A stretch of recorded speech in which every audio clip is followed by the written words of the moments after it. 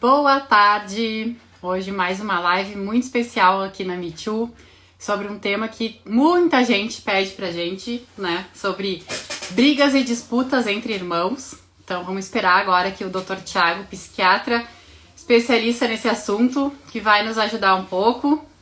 Vamos só aguardar ele entrar por aqui. Enquanto isso eu vou fixar aqui o tema, peraí. Vou fixar aqui, só um minutinho.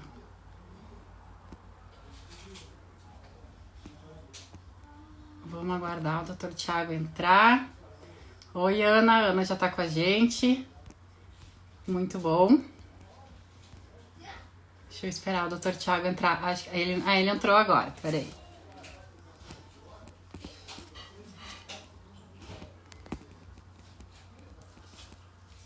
Aí, tô aceitando já aqui.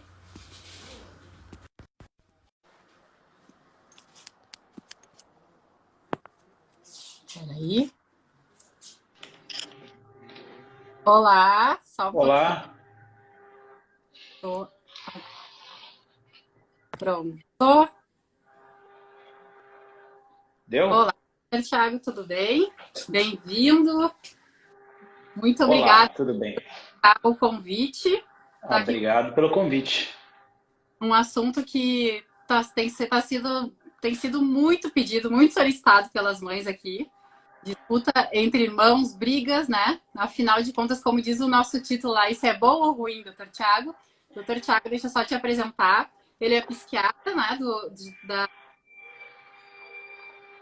Hospital de Clínicas de Porto Alegre. Isso. Então tá, doutor Thiago, muito obrigada, seja muito bem-vindo. Vou pedir já, então, para ti já dar uma introduzida sobre o assunto, afinal de contas, é bom ou ruim? Obrigado de novo pelo convite. Acho que é um tema bem relevante, né? Eu acho que é uma questão que, até pelas perguntas que eu recebo e que tu já vem recebendo, é um tema complicado, mas assim, respondendo de maneira pragmática, é bom ou ruim? Depende para quem. Para os pais, eu acho que é muito difícil. Eu acho que esse é um tema que gera muita angústia, porque acho que dá uma sensação muito ruim, tanto por perceber que a situação está acontecendo e, de alguma forma, não está conseguindo antecipar ou resolver de maneira mais imediata, mas também os receios do que isso pode ter de consequências futuras. Então, acho que Então, do ponto de vista se é ruim, se é bom ou ruim, acho que para os pais é muito ruim no momento, quando não se sabe exatamente como conduzir. Agora, para as crianças, eu acho que a gente precisa poder fazer uma reflexão. O que a gente quer no final das contas, né? Para que lado a gente gostaria que as coisas caminhassem? E a maior parte de todo o processo de disciplina, de aprendizagem nessa faixa etária, é para, de alguma forma, municiar as crianças de melhores habilidades para o futuro. Então, nesse sentido, poder ter disputas pode ser, sim, um elemento extremamente importante de aprendizagem e, inclusive, de possibilidade de resolução de uma série de outros conflitos que inevitavelmente vão acontecer na sua vida. Certo, então eu acho que para a vida isso é muito bom, né? Só que para quem está vivendo aí nesse momento na quarentena, os pais ali, né? Acho que estão um contato bem mais intenso agora, o contato entre os irmãos, inclusive. As disputas com certeza aumentaram. A gente fez aqui antes da nossa live uma enquete, né? Se aumentou durante a quarentena e foi Sim, quase que 80, 90% que sim. sim. Então, acho que é justamente isso aí, em relação a isso que a gente tem que falar, né? Eu acho que esse que é um ponto importante, né? A gente está lidando com um cenário muito diferente que está fazendo com que todo mundo acabe também tendo uma preocupação diferente, porque acho que as coisas se intensificaram muito, né? Doutor Tiago, eu acho que assim, para a gente começar, acho que para a gente falar de brigas e disputas, a gente tem que falar um pouquinho, penso eu, que duas coisas, ver se está certo. Sobre emoções e sobre empatia, né? Eu Uhum. acho. Acho que são dois temas importantes, sem dúvida. Então, não sei se a gente consegue começar falando, de repente, sobre as emoções, o que isso é importante de saber, né, se expressar, entender o que está sentindo, como é que os pais podem ajudar os filhos. Eu acho que a capacidade de se expressar e eu acho que esse é um ponto fundamental para a gente começar a entender esse tipo de conflito, que a dificuldade de comunicação do que está se vivenciando naquele momento responde por uma boa proporção das dificuldades que acontecem no relacionamento entre irmãos e no relacionamento até entre família, né? E essa é uma habilidade que as crianças não nascem sabendo. E, na verdade, a gente tem até hoje muitos adultos que até agora ainda não aprenderam. Então, é uma situação difícil. A gente precisa poder estimular para que, gradualmente, as crianças possam aprender a identificar o que estão sentindo, para, de uma certa forma, comunicar isso de uma forma mais adequada. E quanto mais novo é a criança, mais nova é a criança, mais difícil isso vai ser para ela. Então, e além disso, a partir do momento que eu consigo entender o que eu estou sentindo, eu consigo também aprender formas de eu, de alguma forma, ajustar a minha resposta, o meu jeito de reagir àquilo, que é o que a gente chama de autorregulação. A autorregulação emocional, ela vem a partir do momento que eu consigo entender o que eu tenho, o que eu estou sentindo e como é que eu posso lidar com aquilo. E nesse ponto, os pais têm uma participação muito importante de poder ajudar a criança nesse processo, que é uma aprendizagem de uma habilidade nova. Sim, e sabe uma coisa bem importante aqui, que eu já até trouxe isso que aconteceu aqui em casa, a gente fazer um check-in das emoções, sabe, no início do dia. Sim, sim. Começou com a intenção era para realmente as crianças, né? Para ver assim que a gente sentiu que eles estavam muito alterados, enfim.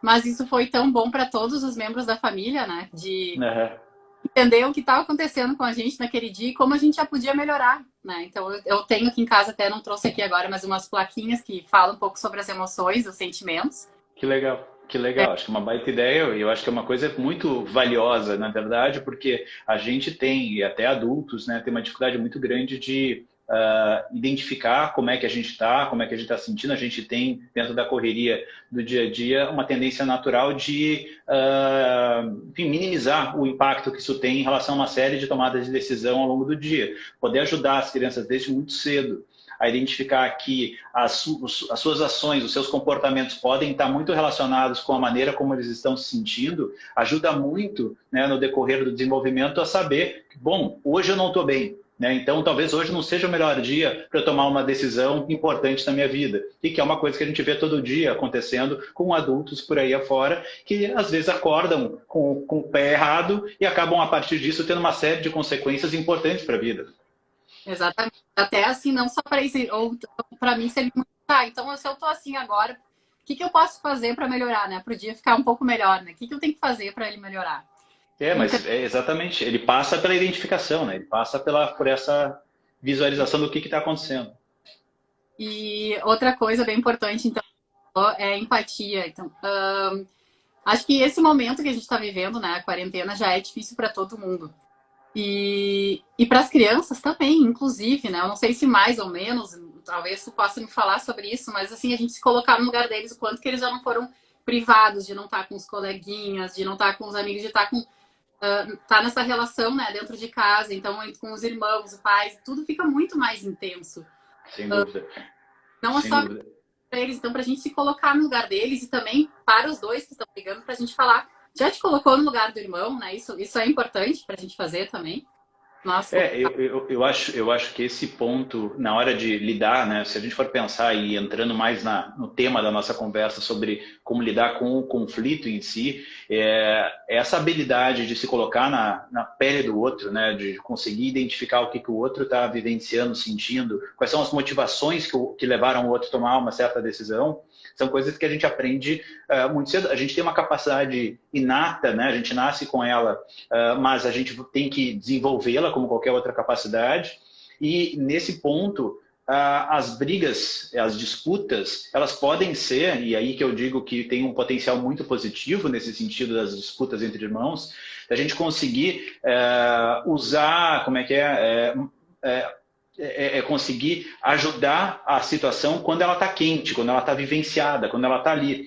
fazer uma explanação apenas, né, dizer o quão importante é esse tipo de temática, às vezes é aquela coisa que entra no ouvido e sai pelo outro. Quando a coisa está acontecendo, tem uma oportunidade muito grande da gente conseguir exatamente exercitar essa capacidade de empatia para que um perceba o quanto a falta dessa empatia acabou resultando na situação que está gerando o conflito. Então, na hora de poder, e uma das coisas que a gente pode até falar melhor, é qual é o papel dos pais nesse processo de disputa entre os irmãos, às vezes passa por essa situação de mediação, de ajudar os pais a entender a melhor forma de atuar, para que eles possam também auxiliar muito os seus filhos da melhor forma de conduzir a resolução daquele problema, que vai ser a base, né, para a capacidade empática e essa habilidade de se colocar no lugar do outro. Doutor Thiago, acho que falou uma coisa bem importante agora.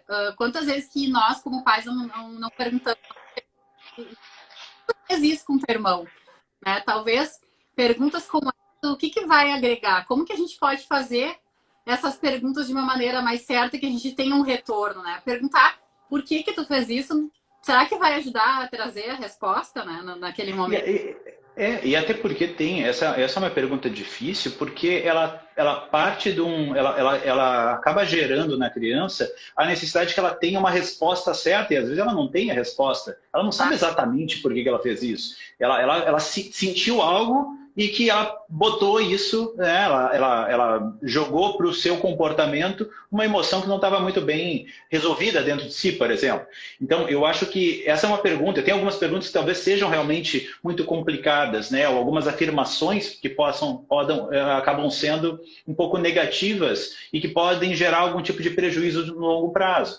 Por exemplo, até uma sensação de uma certa injustiça entre irmãos, de ficar com a sensação de há uma proteção maior para um ou para outro, ou uma sensação de que há uma certa enfim, uma desigualdade no formato que as medidas estão sendo tomadas e como os pais estão lidando. Da outra vez eu fiz isso e tu não falou assim, agora que ele fez, tu não falou nada. Por que comigo é assim e com ele não? Então, tem algumas situações que realmente podem surgir a partir disso, e eu acho que essa possibilidade da melhor maneira de entrar no meio, né, fazendo essa mediação, pode ser importante fazer essa reflexão. Sim. Então, de repente, assim, tu falaste uma coisa importante, ao invés de perguntar por que tu fez isso com o teu irmão, perguntar o que você estava sentindo, né? O que tu estava sentindo quando tu fez isso? Então, já vai tentar ajudar a trazer a resposta, né? O que aconteceu para te ter sentido isso? Ou então, de que maneira que tu pode agir, que tu poderia ter reagido de uma maneira melhor, né? Depois que aconteceu tudo, enfim. Acho que essas perguntas são que agregam. Às vezes o porquê nessas horas não ajuda muito, né? Então, como, de que maneira, acho que eles vão trazer com que a criança pense um pouco mais claro, né? Isso são crianças, talvez, uma idade um pouco maior. Mas eu acho que, mas mesmo crianças menores, eu acho que essa é uma proposta, um jeito de pensar, um jeito de funcionar importante de estar presente desde cedo. Claro que a gente vai talvez ter uma expectativa diferente, porque isso é uma coisa também importante, né? As disputas, os conflitos entre irmãos vão acontecer ao longo de toda a vida. O que acontece é que eles vão ficando mais sofisticados só, mas eles vão seguir sempre ali, né? Irmãos adultos também discordam, eles só não entram em soco, às vezes, mas a gente espera que não.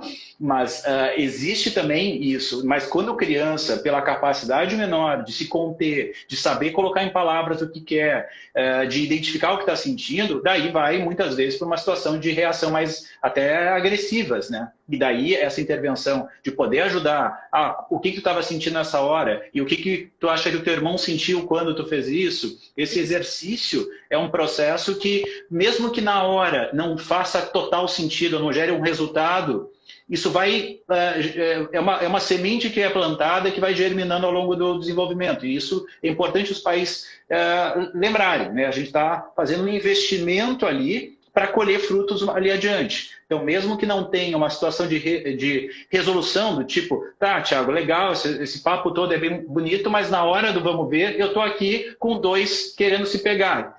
Mas é importante a gente lembrar, vão ter situações, é inevitável que os conflitos vão surgir, mas que quanto melhor os pais conseguirem conduzir esse processo, menor vai ser a frequência deles ou a intensidade e problemas mais adiante no futuro, né? Sim, então, assim, nada que uma boa conversa em família, né? Então, Exato. é uma outra coisa muito legal, assim. Quando as crianças já conseguem fazer refeição à mesa com todo mundo, né? Acho que nessas horas, assim, de família, nada mais do que trazer esses assuntos quando não tá no auge do problema, né? Trazer esses assuntos, assim, para que possa ser conversado e todo mundo escutar, né? Talvez até com regras e combinados. Se sempre disputa por um mesmo brinquedo, já combinar ali como é que pode fazer, deixar com que talvez os filhos tentam resolver. Isso funciona. Essa é uma proposta muito importante. Eu acho que 2 pontos no que tu disse, então, nesse aqui, eu acho que são importantes lembrar. Um deles é quais são as regras da casa, como é que a casa funciona. E nesse sentido é a casa, não os filhos da casa. É importante também pensar como o sistema possa ser aplicável a todos. Então, se dentro da casa não pode falar palavrão, não pode ser só os dois quando estão brigando, por exemplo, as duas crianças. Precisa ser algo para a família como um todo. E precisa talvez já estar antecipado qual vai ser a eventual consequência de um desvio dessa regra, que é uma regra geral para todos. E essa possibilidade de poder, ao usar essa regra, antecipar também quais são os cenários que mais frequentemente acontecem as brigas, né? Então, tem as situações mais clássicas de irmãos, né? Do tipo, quem vai para o banho primeiro? Quem vai escolher o programa que ele vai ser visto na TV ou quem é que vai ficar usando o tablet ou o celular?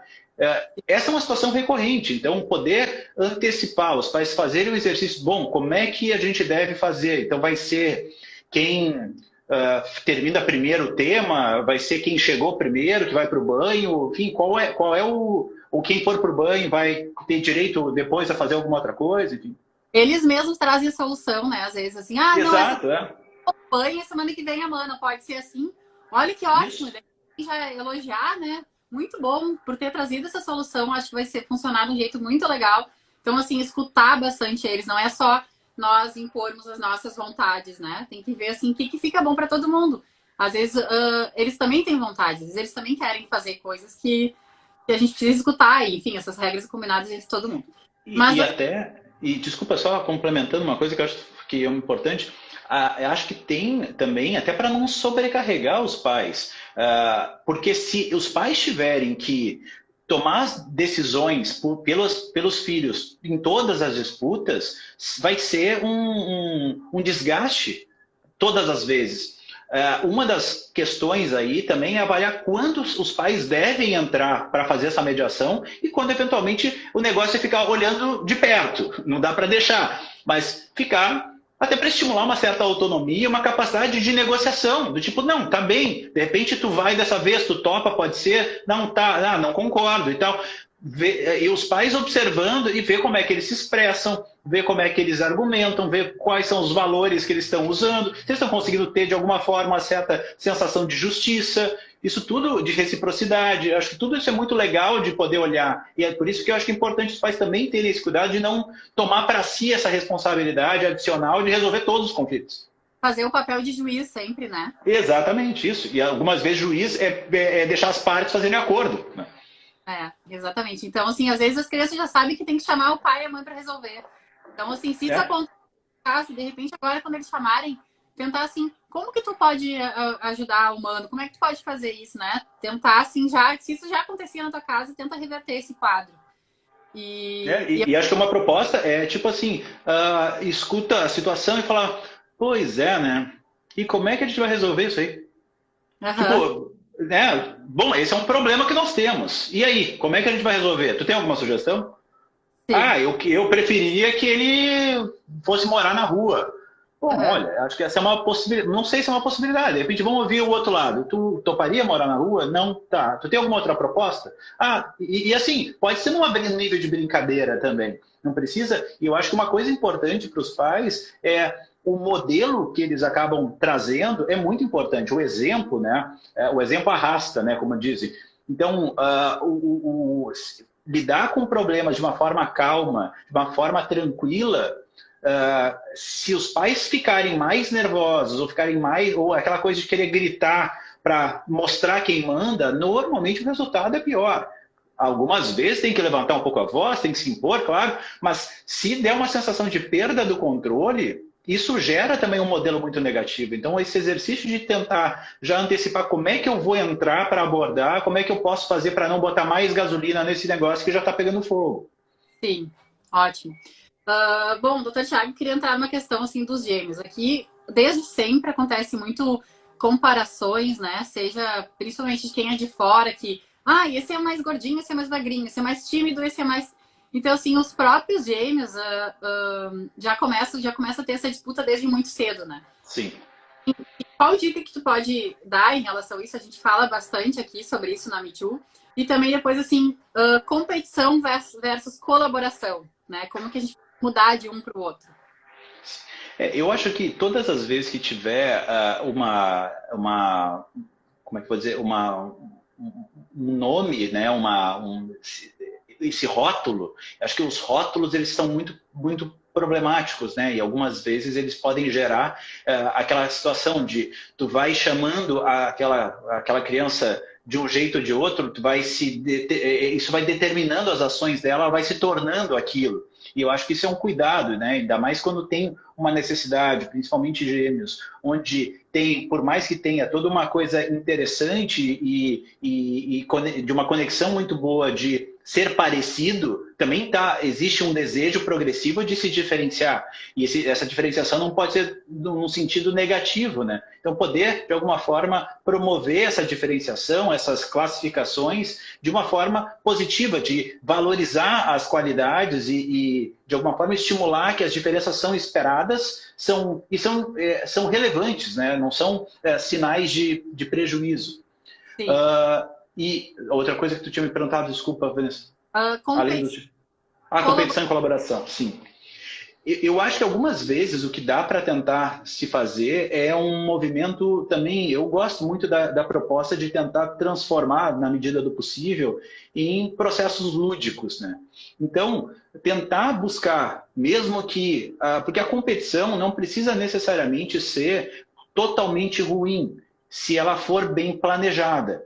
Ter uma competição, digamos, uma gincana em casa sobre quem vai colaborar mais naquele final de semana, pode ser uma coisa. Às vezes é difícil implementar, às vezes é difícil engrenar, mas quando ela acontece, ela pode ser extremamente importante. E daqui a pouco dá para fazer uma disputa, uma gincana em casa, onde a dupla é pai e mãe versus os dois irmãos. E os dois irmãos vão se ajudar para ganhar do pai e da mãe numa tarefa X. Então, acho que passa um pouco também por esse movimento de criatividade. Claro que no cenário que a gente está todo mundo cansado para estar criativo, mas sem criatividade a gente vai ter vai ter maior tendência desse tipo de disputas e brigas, né? Então, acho que é um exercício, é um fôlego a mais aí que tem que ser buscado para tentar ter um alívio ali no futuro. Sabe, Thiago, eu sempre tento trazer essa competição a meu favor. Às vezes, quando eu vejo que tá demais, eu não trago ela. Mas, por exemplo, assim, eu me lembro que desde eu moro aqui a gente tem uma lomba, não é lomba, como é que fala no resto do país? Uma subida. Que eu, com o carrinho dos gêmeos, assim, às vezes era já ruim para subir sozinha. Então, eu fazia uma competição, eu tirava os dois do carrinho, já caminhavam, né? E eu falava, vamos ver quem chega primeiro no portão. Então, eles passavam por essa subida mais intensa, assim, nem percebiam porque eles competiam para ver quem é que ia chegar primeiro. Então, claro, isso aí eu trouxe a meu favor, assim, nesse caso. Mas às vezes, assim, eu sinto que em jogos de competição, jogos de tabuleiro, é importante, sim, a competição, mas assim, às vezes eu vejo que não tá sendo bom, sabe? Então, assim, sei lá, até mudar uma regra, de repente, para aquela ocasião, se tá. Então, assim. É isso, acho que talvez algumas coisas, alguns jogos, algumas brincadeiras vão ser preferíveis não ser usados, né? Vão ter algumas coisas onde a disputa, onde há necessidade de alguém ganhar e alguém perder, talvez não seja realmente o melhor jogo em alguns momentos, em alguns cenários. Pode ser quando o clima já está ruim, alguma situação, ou assim, tem fases também, né? Sim. Tem fase onde os irmãos estão muito parceiros, tem outras que não podem se olhar. E talvez nesses cenários, nesses momentos, talvez seja melhor pensar em atividades que possam ter uma colaboração de todos, ao invés de ter um desenho, né, tipo isso, né, jogo de tabuleiro, onde inevitavelmente alguém vai ter que perder, e sendo um dos dois, obviamente vai ter uma disputa, uma briga, vai ser estopim para a discussão, né? Deixa eu te trazer uma pergunta aqui, ó. Meus gêmeos estão com 9 meses e normalmente brigam por objetos e se agridem fisicamente. Separo e dou um objeto ou um brinquedo igual para cada um. Estou agindo certo? Se a disputa for algo que não tenho dois iguais, retiro e digo que ninguém mais brinca com objeto de confusão. Então, eu só não ouvi a idade. 1 ano e 9 meses. 1 ano e 9, tá. Eu acho que é importante nessas horas estar pensando.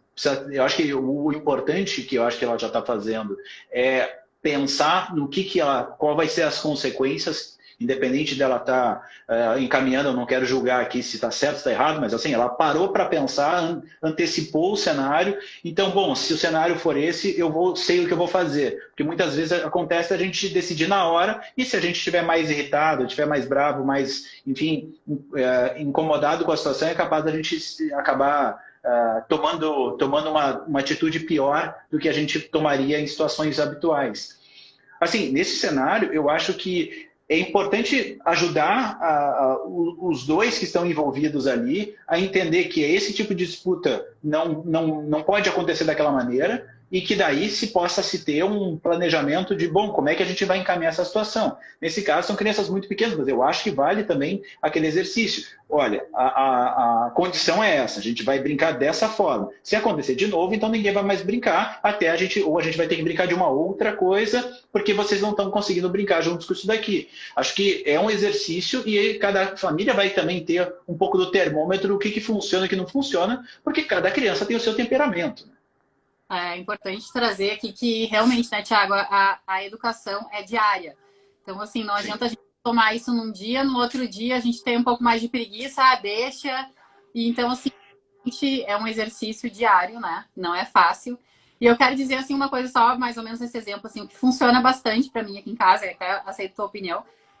Quando eles começam a brigar demais, eu separo eles nos ambientes. Então tá, então assim, ó, o Gabriel na sala, a Isabela no quarto. E eles sentem muito a falta um do outro. Então, ótimo. Eles sentem muito, assim. Então, quando eles vão brigar de novo, eles já pensam, putz, a mãe vai separar a gente. Então, eles mesmos já assim, não, vamos, calma, vamos se organizar aqui. O que a gente tem que fazer? Eu acho lindo, eu acho muito bom isso, assim, que eles mesmos já entendem que eles vão se separar e vão ficar separados. Tem que fazer mesmo, né? Então, assim, o que tu acha? Isso. Eu acho fundamental, uma das coisas que eu falo bastante, enfim, quem me acompanha em coisas aqui no Instagram, eu falo muito que tem duas diretrizes que eu acho que elas ajudam muito, que é consistência e previsibilidade. Eu acho que são coisas muito importantes. E esse é um exemplo, né? Que eu tinha mencionado antes. Não dá para um dia fazer e o outro tá cansado e não fazer, então essa questão da consistência e a previsibilidade. A previsibilidade é exatamente isso. Como já sabe que vai acontecer dessa forma, fica muito mais fácil para o processo todo andar. Rapaz. Casa da avó. Sim. E assim, o fato deles já saberem que vai acontecer regula o próprio comportamento. Exatamente porque se sabe que vai ser desse jeito, sabe que a consequência vai acontecer, então fica muito mais... eles conseguem já regular o próprio comportamento por antecipar, né? Não é aquela coisa assim, a tenteada é livre, vou ver o que vai dar, nem sei se a mãe vai perceber. Não, eles sabem que tu vai perceber, sabem que a consequência vai existir, então eles já conseguem, inclusive, regular o comportamento e evitar, e antecipar, e já negociar. Bom, não vamos por aí, que senão a coisa vai ficar ruim para nós. Thiago, a Fernanda aqui está até comentando que tem a Adela Geller, que ela é até parceira da Me Too, é uma psicanalista argentina que estuda já há anos sobre gêmeos. Ela já deu algumas palestras, nossos workshops, enfim, que a gente já fez por aqui. E ela fala muito isso ali que a Fernanda escreveu, ó. Existe o gêmeo 1, o gêmeo 2 e existe a dupla, né? A dupla de gêmeos. Uhum. A força da dupla é algo assim, os dois juntos, eu posso ver agora, assim, quando tá um gêmeo separado do outro, que agora até foi a primeira vez nessa quarentena que aconteceu, um vai pra casa da avó, o outro fica aqui, eles são outras crianças, eles separados, eles são outras crianças, eles não sabem nem às vezes o que fazer. Os meus já têm 7 anos, mas é importante, assim, também essa coisa do filho único, do dia do filho único, porque eles sentem muita falta do outro. Então, quando eles estão juntos, eles se valorizam demais, as brigas diminuem, não que elas somem, óbvio que não, Claro. mas dão valor muito mais um ao outro, né? E eles sentem que eles precisam um do outro. É bem importante. E é um exercício muito mais para os pais do que para as crianças se separarem, né? Eu não gosto de Sem dúvida, sem dúvida. um pouco assim, tá, separa, mas eu não gosto.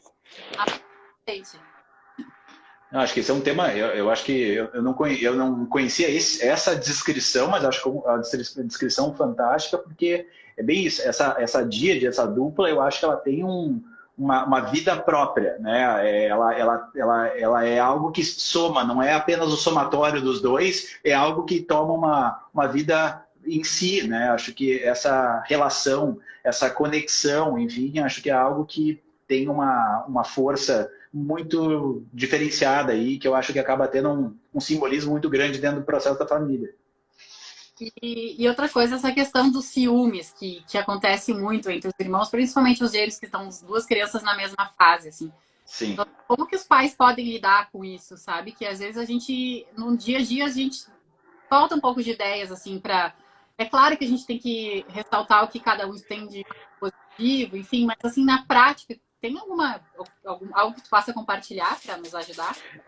Eu acho assim, eu acho que os ciúmes, eles acabam, eu acho que um ponto inicial é que na mesma linha das disputas, né, os ciúmes são inevitáveis, né, eu acho que eles sempre vão acontecer, eu acho que também a gente regular algumas expectativas, né, vão surgir momentos onde vai ter uma maior apresentação desse tipo de reação, enfim, desse tipo de sentimento, e vão ter daí alguns dias onde vai ser mais importante os pais atuarem no sentido de acalmar essa angústia, e outros momentos onde a criança vai aos poucos também ela de novo aprendendo a lidar com essas preocupações e ansiedades. O que às vezes dentro também da condição e tempo, né, de cada uma das famílias, o que, como tu mencionou ali, o momento do filho único, essa possibilidade de ter uma atenção mais direcionada, né, para ter o seu momento, ter a sua forma de ser visualizado como único, né? Porque acho que também tem essa questão muito importante de poder estar sendo olhado de uma forma não como dupla, não como trio, não como filhos, mas sim tipo dentro da sua individualidade. Então, às vezes, poder reservar um tempo curto, que seja 10, 15 minutos num certo dia, ou de preferência várias vezes por dia, mas que consiga se ter uma atenção mais voltada para aquele, para que daí depois se tenha para o outro, né, para outro irmão, no caso para o outro gêmeo. Isso pode talvez amenizar um pouquinho essa sensação de saber que vai ter um momento dele. Sim. Deixa eu ver. Eu ia fazer uma pergunta que eu perdi agora. E essa questão do tempo de qualidade com os filhos, assim, o que eu sinto bastante que a gente tem muita coisa para fazer agora, na quarentena, né? E só que sem muito foco, sabe? E aí acaba que a gente não consegue nem trabalhar direito e nem cuidar dos filhos direito e parece que nada faz direito, assim, as coisas.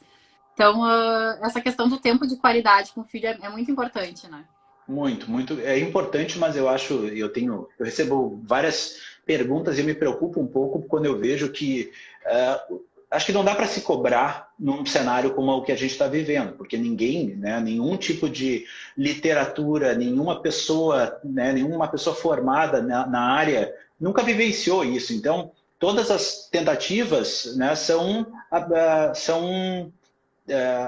impressões, mas não baseadas em uma evidência tão clara, porque nunca ninguém vivenciou algo desse tipo.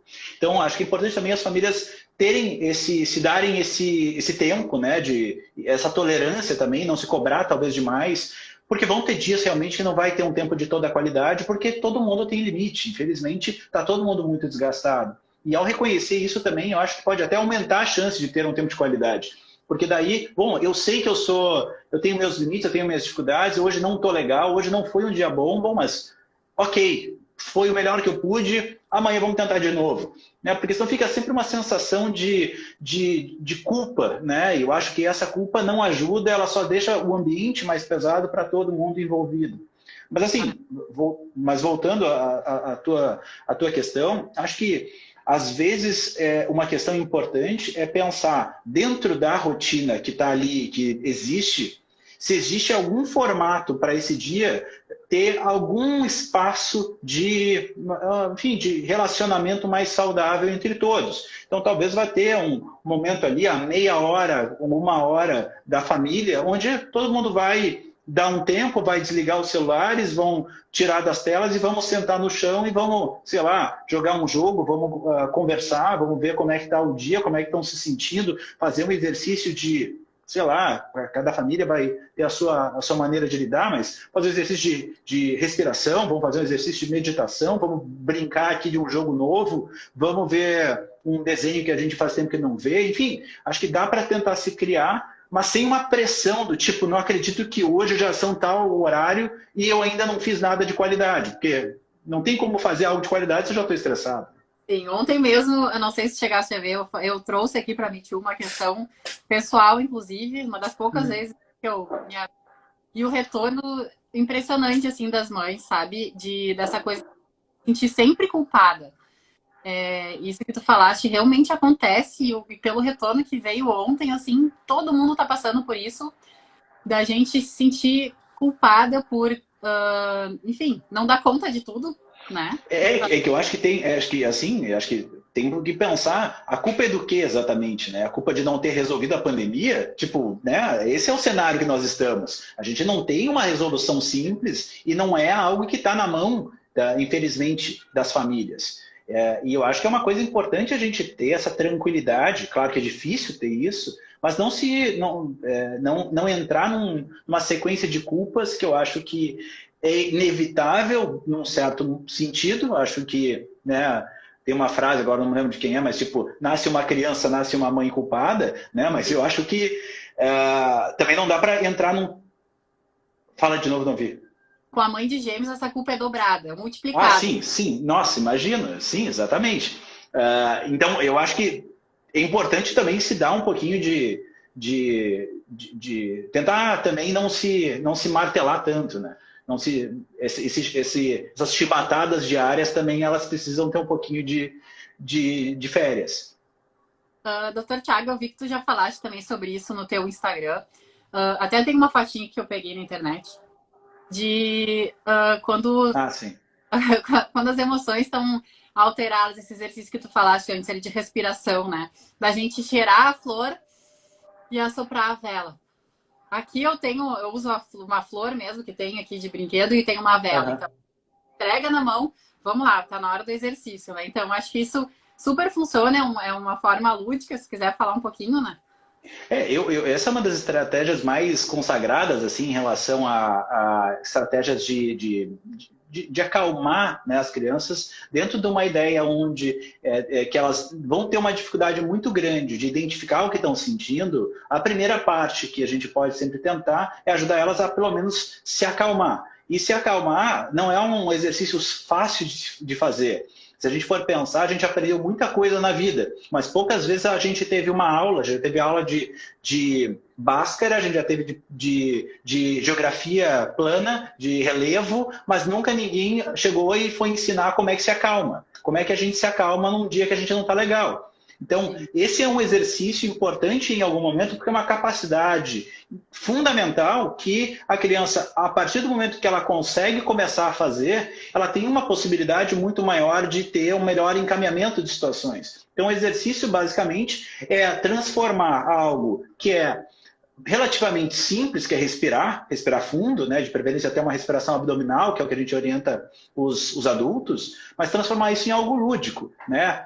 Fazendo um exercício de imaginação com a criança, fazendo até uma certa dramatização momentânea ali, do tipo, vamos imaginar a flor, ou no teu caso, melhor ainda, que tenha fisicamente uma flor e uma vela para ela poder enxergar. Porque daí dá, e a vantagem é a flor, a gente não cheira rapidinho, a gente cheira com calma, a gente aproveita aquele momento, né? A gente inspira com todo o pulmão. E daí, na hora de apagar a vela, também, todo mundo já tentou apagar a vela de aniversário, não é uma coisa simples, a gente tem que ser persistente, ela acende de novo. Então, a gente pode brincar também que essa tem que ser uma assoprada leve, devagar e prolongada, que esse exercício de poder puxar o ar com calma e soltar o ar com calma ajuda a criança a ir regulando um pouco o ritmo da respiração. A gente sabe, por exemplo, que crianças que estão mais angustiadas, ansiosas ou irritadas tendem a ter uma respiração mais curta, isso não só crianças, adultos também, e que o processo todo de respiração mais acelerada também acaba aumentando o nível de ansiedade. Então entra num círculo vicioso, um efeito bola de neve, que tende a cada vez ficar pior. Então quando a gente consegue interromper isso com uma brincadeira e ajudar a ir regulando e conseguindo perceber um melhor controle da respiração, isso também dá uma possibilidade de estar um pouco mais calmo e daí, bom, agora que a gente está mais calmo, o que tu estava sentindo? Daí tu começa de novo. Né? E eu acho que daí tem a possibilidade, daí sim, entender, eu fiquei chateado porque o mano pegou, eu já falei para ele não pegar aquilo, ele pegou de novo. Tá, então agora eu entendi o que tu estava chateado. Tá, então vamos ver como é que a gente pode resolver. Sim, muito bom. Outra coisa, doutor Tiago, que eu coloquei em prática aqui em casa também, para se concentrar em fazer um exercício, enfim, não está funcionando, a Yara Mastini, psicóloga, também fala sobre isso, da gente pegar a criança, então vamos fazer a técnica dos 30 pulinhos. A gente dá as mãos e aí a gente dá 30 pulos juntos, né? Com o toque também, que é importante, né? A gente sim. Dá 30 e senta para se concentrar de novo, porque daí o coração também já acelerou, ele também tem que voltar. E aí, quando volta, parece que tudo flui muito melhor. Parece que é uma mágica, assim. Então, assim... É muito legal isso e é importante porque as crianças... Adultos também respondem muito bem. O problema é que a gente é um pouco cético, não faz. Mas a verdade é que ajuda bastante. A gente, tipo... Fala de novo, não ouvi, falhou. Não, essas coisas funcionam muito pra gente, porque às vezes eu também não sei mais como fazer para ensinar, para ajudar. Então, vamos dar os 30 pulos juntos, né? Sim. Eu também. Que acaba sendo quase um exercício de... Né, a hora aquela que a gente trava, a gente tranca e parece que a gente não anda mais. Sim. E a partir desse cenário, a gente precisa fazer um pouco aquela brincadeira que se fazia antes, de tem que reiniciar a máquina, né? Então, é uma oportunidade de reiniciar um pouco. Então vamos parar esse estímulo, vamos buscar um outro estímulo, a gente renova um pouco todo o sistema e vamos de novo. E acho que todo mundo já passou por isso, o computador ou celular trancar, tem que desligar, reiniciar e começa de novo. Daí parece que funciona. Não é muito diferente. E essa questão das disputas, voltando ali, assim, e o sentimento que as crianças ficam, né, de ter raiva, né, a gente foi ensinado desde muito cedo que, nossa, culturalmente, ter raiva não era legal, não é um sentimento bom, que não é pra gente sentir. Na verdade, tudo bem a gente sentir raiva, né? Agora, o que a gente vai fazer com a raiva é que é a questão. Então, pra gente ensinar as crianças, né, a lidarem com essa raiva, assim, por exemplo, de botar a cabeça no travesseiro e dar um grito. Às vezes eu falo isso aqui, meu filho sai correndo. Já falei isso várias vezes também aqui nas respostas no Instagram, exatamente isso. Dar essa maneira, não coibir a raiva faz parte, ela tá, né? E por isso que eu acho brilhante, eu tenho feito todo sábado, agora nas últimas semanas, sugestões de filmes. Né? Vamos falar. Vamos falar. Mas assim, o primeiro filme que eu sugeri foi exatamente Divertidamente, que Divertidamente ele tem essa habilidade, né? Eles foram extremamente felizes na organização desse filme, porque é um filme que consegue ser absolutamente profundo na perspectiva de neurociência, mas extremamente sutil e lúdico para uma criança de 3, 4 anos conseguir compreender algumas coisas. Então, ter ali o bonequinho da raiva, que às vezes toma o controle, isso eu não consigo enxergar um jeito mais fácil de explicar o que está se passando com aquela criança e ajudar ela assim, vamos de repente tirar o bonequinho da raiva do comando, porque do jeito que está não está legal. Então vamos dar um jeito dele ir longe, vamos tirar ele dali, vamos gritar, vamos dar um soco no travesseiro, se for o caso. Então, assim, realmente, doutor Tiago, sobre a questão do filme, quem tem a partir de 3 anos os filhos, já coloca o final de semana aí para assistir Divertidamente, que é um baita filme, ainda mais para esse momento atual, né, que a gente Exatamente. vive, lidando com as emoções diariamente, cada dia a gente está de um jeito, E tá tudo bem, e é isso mesmo, mas assim, esse filme vai ajudar bastante. A partir de 3 anos, né, mais ou menos. Assim. Ah, sim. Eu acho que é um filme que ele é útil para adultos. Ele, claro que ele tem uma versão mais infantil, mas a profundidade das coisas que eles conseguiram colocar ali é impressionante. Assim, é a gente entender que tem coisas que ficam na nossa memória e tem coisas que vão sendo retiradas com o tempo. Então, são coisas assim, tem uma maneira como eles construíram foi muito legal mesmo.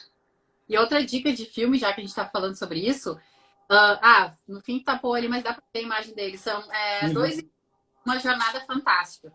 Traz uma mensagem linda sobre amor e união entre irmãos, que como às vezes a gente não percebe pessoas que a gente que divide a casa conosco, né? Às vezes a gente não dá valor assim a quem tá na casa conosco.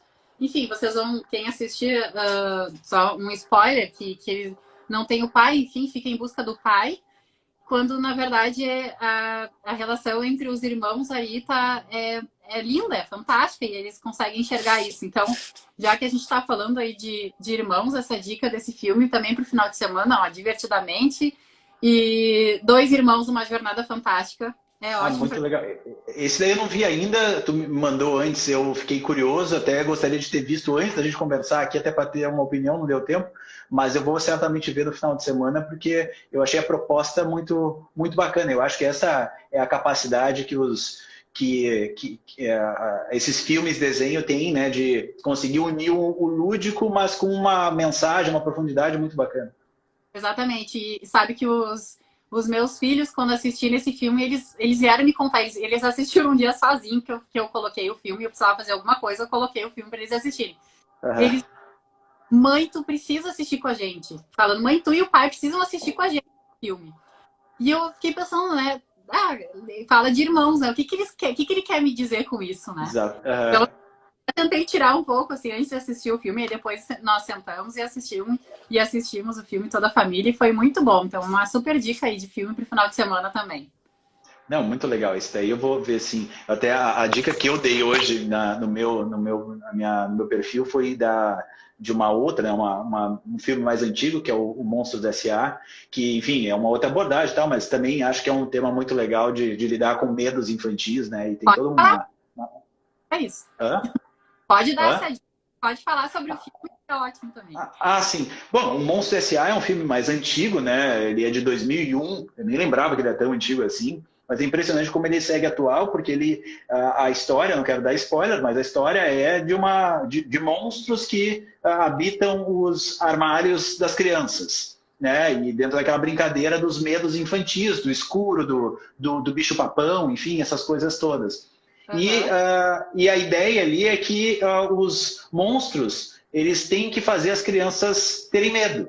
Né? E eles acabam tendo uma situação que uma criança acaba entrando no mundo deles eles acabam tendo que cuidar dessa criança. Então daí fica uma brincadeira, né, de como é que lida com uma criança que está num mundo estranho e eles têm que de alguma forma ter uma função de protetores. Então é um filme que eu acho que ajuda também a gente olhar, e a mensagem final do filme também é muito legal, de poder ter uma tradução, ou melhor, uma modificação da perspectiva do medo, ajudar também os pais, por exemplo, a lidar com os medos infantis, que são várias dúvidas que acabam surgindo, de poder transformar aquilo que é uma origem do medo em alguma coisa talvez até divertida, até motivo de riso.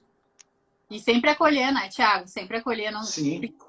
assim, não tem nada ali. Não, acho que essa acho que é a da pior fala, assim, que afasta a criança da gente, né? Que tá dizendo, poxa, mas se ele tá dizendo que tem, é porque tem, né? Então, assim, o que tu tá vendo ali? Fala pra mamãe e papai que a gente vai tentar te ajudar aqui, que a gente pode fazer junto. Então, assim, E daí, às vezes, tem algumas propostas, né? Além de acolher aquela queixa, aquela preocupação, é tipo, bom, e se a gente fizer assim, o que tu acha? Será que tu vai ficar se sentindo mais tranquilo?